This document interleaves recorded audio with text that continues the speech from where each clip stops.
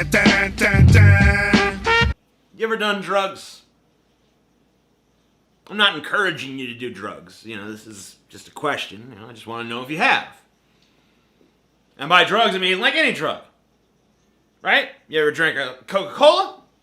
It's got caffeine in it. That's a f***ing drug. You might tell yourself it's not. For some reason, we let little kids drink it, Not all that chemically different than, cocaine, right? If I'm not mistaken. Many of you in the audience will feel that this just doesn't matter. And some of you will even feel positively that this is what the internet is all about. That the wonderful thing about YouTube is that it gives us all the opportunity to have this kind of freedom of expression, to come on camera and ever so casually share whatever's on our mind.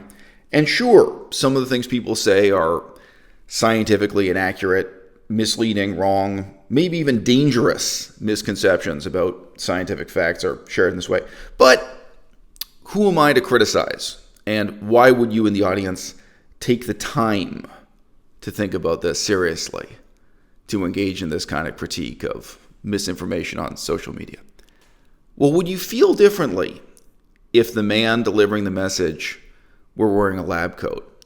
Would you feel differently if you knew that the man delivering the message was earning more than $300,000 a year? Maybe the appearance of privilege, wealth, and elitism doesn't matter. Maybe the reality of privilege, wealth, and elitism really does matter. T.J. Kirk, the amazing atheist, currently in the year 2020, earns much, much more than $300,000 per year. If you calculate the minimum amount he could be making from just one of his Patreon accounts, he has more than one currently, he has had more than one historically, just that one Patreon account must earn more than $340,860 per year. The math is not hard to do. That's assuming all of the subscribers are giving the minimum donation amount of $5 a month. Many will give more. This does not even attempt to calculate or estimate his other revenue streams. Now, can you expect someone who is earning so much money from YouTube to do a quick Google search, to do a fact check, to put some effort into the content, if not the aesthetics, of what they're doing on YouTube? I think this question really matters. I look at a guy like Kevin Smith, who has this very strange history of different projects, both on the internet and on YouTube, in which he's kind of crying poor and presenting himself as poor. Oh, this is just a couple of guys who have a friend who own a bar who are producing this podcast. No, Kevin Smith is worth more than $25 million.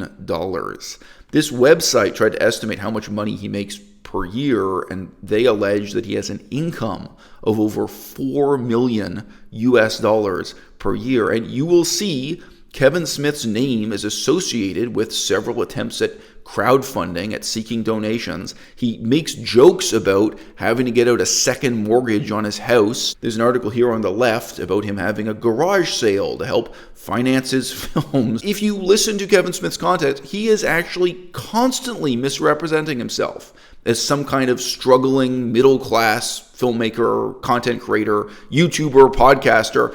This sense of him not being poor, not quite e-begging, but just being a regular guy like you and I who can just barely get it together to deal with the technical difficulties of having a proper microphone and camera set up for these podcasts and other projects he does. It's fake. I mean, it's fake poverty. It's fake powerlessness from someone who is in an extraordinary position of power, privilege, and wealth. Now, I have to say, I don't vilify millionaires. I don't hate rich people for being rich. I think that if you are a multimillionaire, you have different options. I think if you are a multimillionaire, you have different opportunities. And I think you have different responsibilities. And somehow, T.J. Kirk, the amazing atheist, has held on to this public image he had from 13 years ago as just being some guy casually recording videos in his parents' garage. And I just point out, even from this one image, you can see that is a wealthy person's garage. Like, it doesn't bother me. I don't mind that his parents were wealthy. His father was a very successful businessman. He's told the story many times. But, like, TJ Kirk never was poor. He wasn't poor as a kid. He's not poor now. But he's maintained this image of himself as struggling to just get by with his camera by the seat of his pants. The evidence indicates that he is a multimillionaire. If you earn more than $300,000 a year, year after year after year, and again, his real income is much more than this. This is not attempting to calculate his revenue streams, such as the sale of his books. His books cost quite a lot of money. They generate quite a lot of money, and he put very little effort into them. This is not attempting to estimate what happened to the money from the various donation drives he did. He raised $23,000 in donations for Not Productive. I can't find anywhere on the internet now a record of how much money he made for the earlier attempt at Ebegging to set up his website, Free Speech Vids. That's a lot of money. $23,000. There were thousands of dollars raised for a world tour that he never did also, that many people still complain about on the internet in terms of his history of scams, e-begging, donation seeking, raising money through various kinds of merchandise and various promotions linked to his books. But actually, all of that seems like a joke compared to someone who's making $28,000 a month every month from just his Patreon, just one of his Patreon accounts alone. This is not attempting to calculate how much money he makes from YouTube. His current level of fame is much more modest than his past level of fame. It's reasonable to assume that his current level of income is much lower than his past level of income. At various points over the last 10 years, his star has shone. Star has shone. Is that the right verb? His star has been shining quite a bit brighter over the last 10 years at various points. Being a multimillionaire doesn't mean that you're a bad person. It means that you have exceptional responsibilities. It means you have exceptional opportunities. And TJ Kirk has criticized other people for doing this. I'm showing you in the bottom right corner there. I remember this video he made criticizing Anita Sarkeesian for her greed and fundraising, where her money came from, what she did. I thought he was raising some interesting questions about the finances of a fellow YouTuber, Anita Sarkeesian. Much more recently, he made a video in which he really attacks Michael Jordan, the athlete, for presenting himself as being much more middle class than he is. Michael Jordan never presented himself as poor, but as living a kind of ordinary guy lifestyle, when in fact Michael Jordan is really, really a multimillionaire or multi-billionaire. These criticisms, I'm sorry, TJ, I'm sorry, The Amazing Atheist, but they apply to you. And just as I said, there's this sort of strange disconnect between the reality of Kevin Smith's personal wealth and what he does with it here on YouTube. This isn't what he does with it as a YouTuber, because part of what he does is just being a YouTuber. There's this strange disconnect between the enormously high level of financial reward The Amazing Atheist has taken from YouTube and the sense of responsibility he has in content creation. I don't really care about how expensive your camera is or how expensive your microphone is. I think you should feel a really deep sense of commitment to your audience and to the truth, even if you're only making $1,000. And I don't mean $1,000 a month.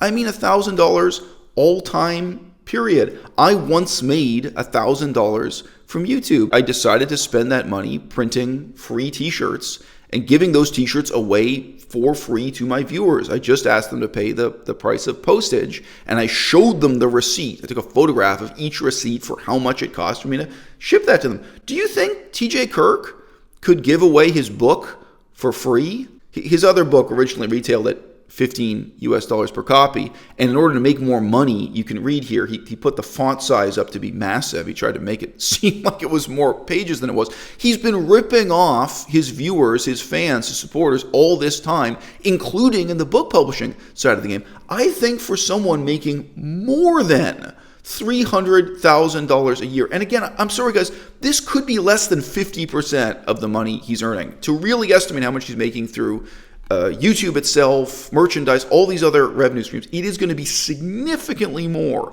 than $300,000 a year. You know what? You could give that book away for free, or you could publish the book and sell it to people just for the cost of printing and the cost of shipping. Just ask them to pay. You could be somewhat magnanimous towards your fans. And you know what? You can't put a price on virtue. How much would people have to pay the amazing atheist for him to care about doing the fact-checking, for him to care about producing content that is actually informative rather than misleading, dangerous, dishonest, and bad? Drugs I got addicted to. I got addicted to smoking cigarettes, and I quit like 2 months ago or more at this point. Every time I see a cigarette anywhere, or sometimes it's just out of the blue, just sitting there, minding my business, not even thinking about smoking a cigarette, and bam, want to smoke a cigarette. But I don't do it, because I quit, you know? But I'm trying to just avoid that moment altogether. I'm trying to just say no to cigarettes, like Nancy Reagan used to tell us to do when I was a kid. You know? Just say no. Don't do drugs. But anyway, this video is about legalizing drugs, because I think drugs should be legal.